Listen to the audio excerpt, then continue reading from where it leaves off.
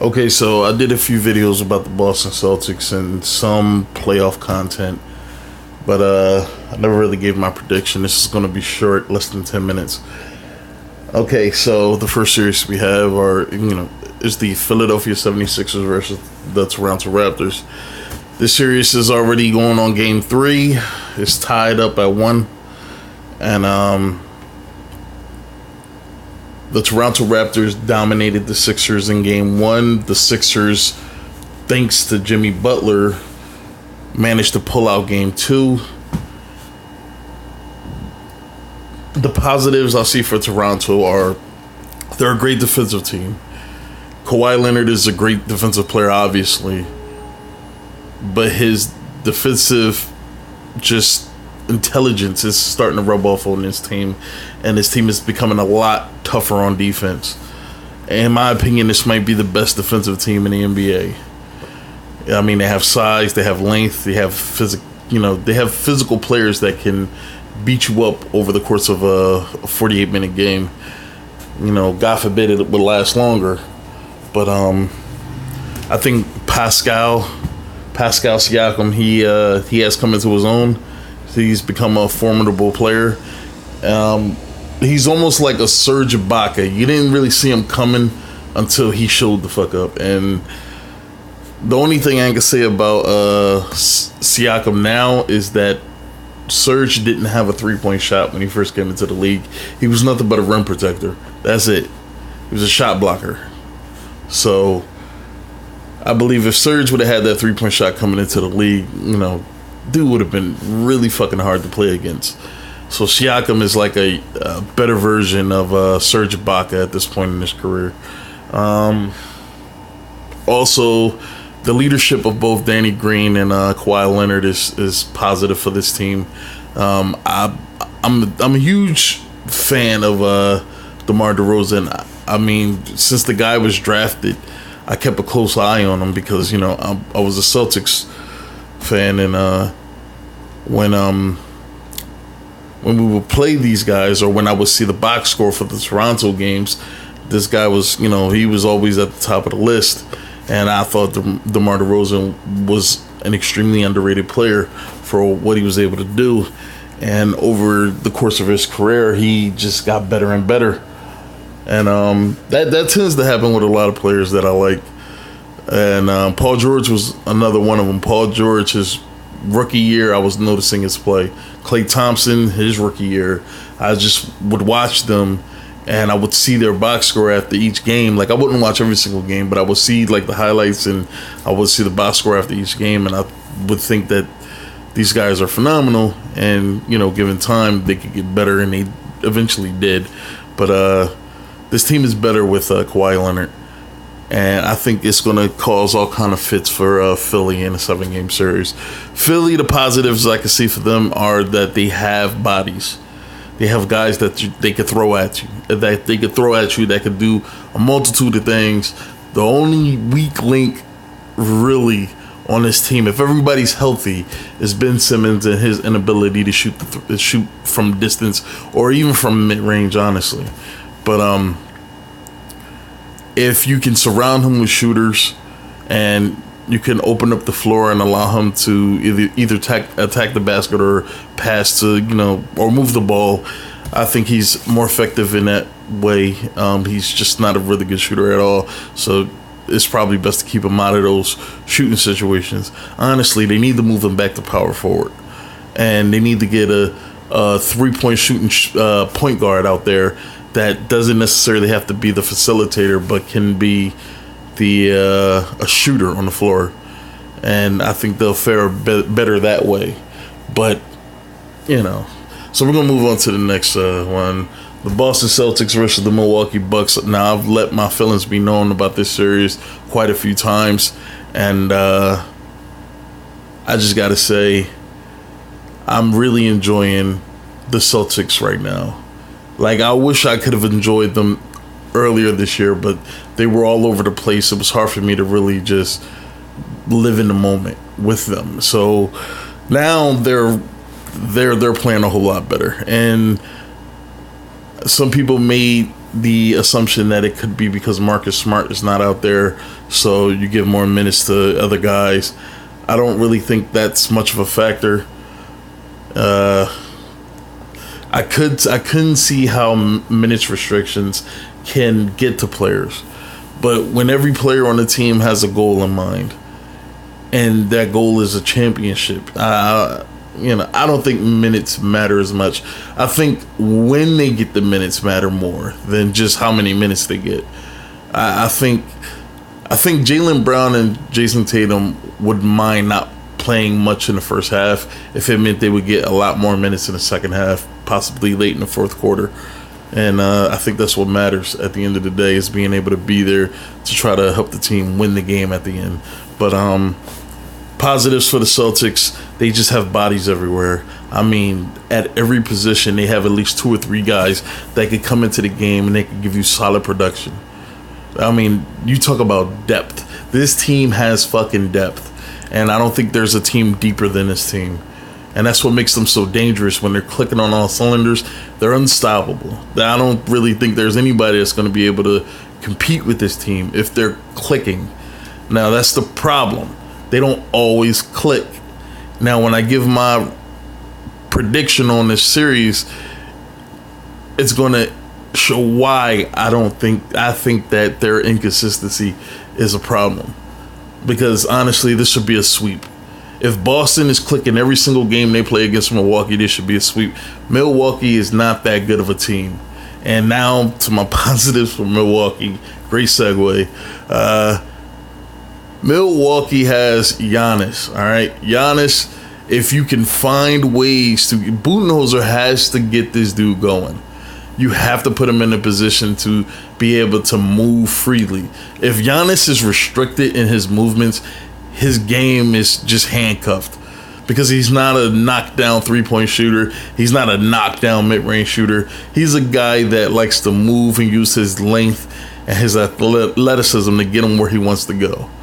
And if you can restrict his movements, you can pretty much shut him the fuck down. And that's what they did in game 1. So we're going to move on to the next series. The Golden State Warriors and the Houston Rockets. Now, everybody's been so high on this series, and everybody's been talking about the Houston Rockets will dethrone the Golden State Warriors. And I can see that being a possibility, because the Golden State Warriors for the last 2-3 years have been extremely inconsistent. Like, sometimes they'll take their foot off the gas pedal and come to a complete stop sometimes. And they'll lose to teams that you be like, what the fuck? Like, how? Like, I mean, come on. Even if two of your starters are out, you can still beat this team by 20, and they'll lose games like that. Or they'll, end up in a actual dogfight with teams like the Clippers. And as good as the Clippers have been this year, there's no way they should have won a game against the Golden State Warriors. There's no fucking way, unless the Golden State Warriors really wasn't taking them seriously. The positives for Golden State is that they have those Hall of Famers on their team. And yes, I'm calling them Hall of Famers because every single player in their lineup, I believe, will end up in the Hall of Fame. I believe Draymond will be a Hall of Famer. How important he was to this team. His stats aren't gaudy, but he's so important to this team and what they do. I believe he'll end up being a Hall of Famer at the end of his career. And you have 5 Hall of Famers in your lineup. Oh, man. Like, I don't see anybody beating them, really, in a 7-game series, unless they go 7 games and the team that beats them just was better. I don't see anybody beating them, and I definitely don't see the Houston Rockets beating them. The problem with the Houston Rockets and the problem with the Golden State Warriors when they play each other is the Rockets don't have the players that the Golden State Warriors have, because the Warriors can play 35 minutes of shitty basketball and still somehow be close in the game, and then for the last 10 minutes of the game they'll fucking play better, and then they'll just wind up winning the fucking game by 10 or 15. That's the kind of players they have. Now, the problem when the Golden State Warriors play the Rockets is that they forget what got them their titles in the first place. They forget what to do.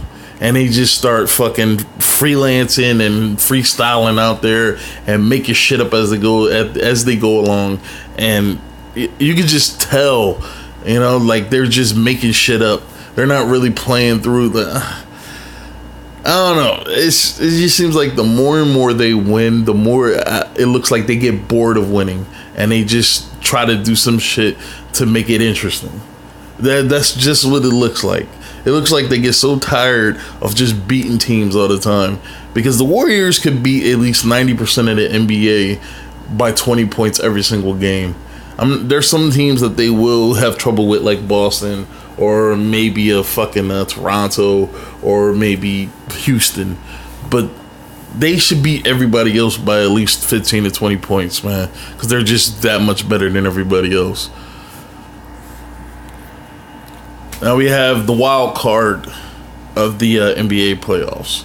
The Portland Trailblazers versus the Denver Nuggets.